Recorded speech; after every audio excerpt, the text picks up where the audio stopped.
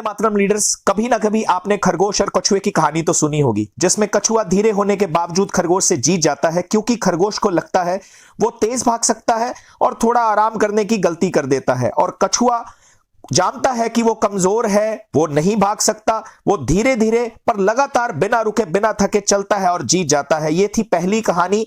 Moral of the story, slow and steady wins the race.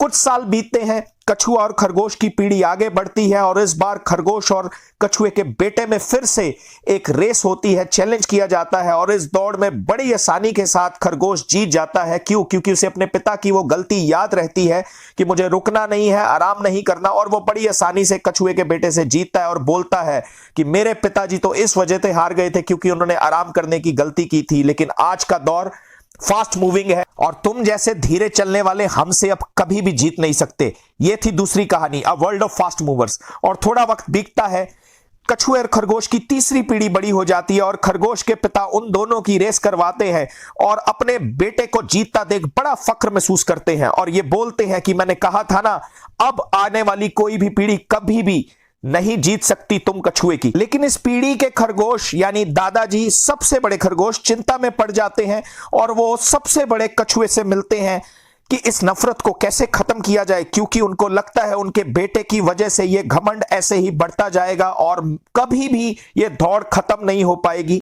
वो दोनों मिलकर एक दौड़ फिर से रखते हैं, और इस बार जैसे ही खरगोश पूरी तेजी के साथ भागता है, अचानक आधे रास्ते में एकदम से सामने पानी आता है, और पानी के उस पार दी एंड लिखा होता है रेस का, और वो वहीं खड़ा रह जाता है। और काफी देर बाद उसके पास कछुआ आता है और अचानक से देखता है सामने पानी है, तो बड़ी खुशी मनी मन महसूस करता है और पानी में उतरने लगता है और सोचता है अब तो मैं बड़ी आसानी से इतना देर आने के बावजूद भी जीत जाऊंगा। लेकिन एकदम से उसके दोनों के दादाजी उन्हें रोकते हैं और वो बोलते हैं कि नहीं, कुछ समझाते हैं, और समझाने के बाद एक नया ऐसा दृश्य होता है कि कछुआ बोलता है खरगोश को कि आओ मेरी पीठ पे बैठ जाओ, और वो पीठ पे बैठता है, और वो दोनों एक साथ उस रेस को खत्म करते हैं, और जीवन में पहली बार ऐसा होता है कि जिसमें वो दोनों एक साथ जीतते हैं।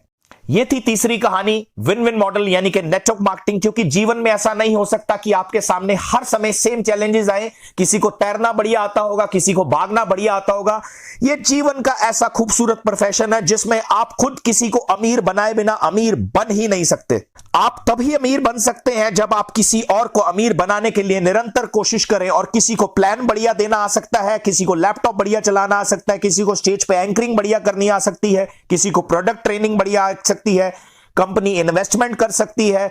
दुनिया के कैसा कमाल का व्यापार जिसमें कंपनी तभी कमाएगी जब आप लोग कमाएंगे, और आप लोग तभी कमाएंगे जब आपके साथ कुछ और लोग कमाएंगे, और गवर्नमेंट तभी कमाएगी जब आप लोग कमाएंगे और उससे कमीशन से गवर्नमेंट को टैक्स पे करेंगे या प्रोडक्ट सेल से टैक्स पे करेंगे। यानी कि विन विन मॉडल जिसमें गवर्नमेंट का रोजगार देने का बोझ भी कम होगा, गवर्नमेंट भी कमाएगी, कंपनी भी कमाएगी, आप भी कमाएंगे, आपके साथ वो लोग भी कमाएंगे।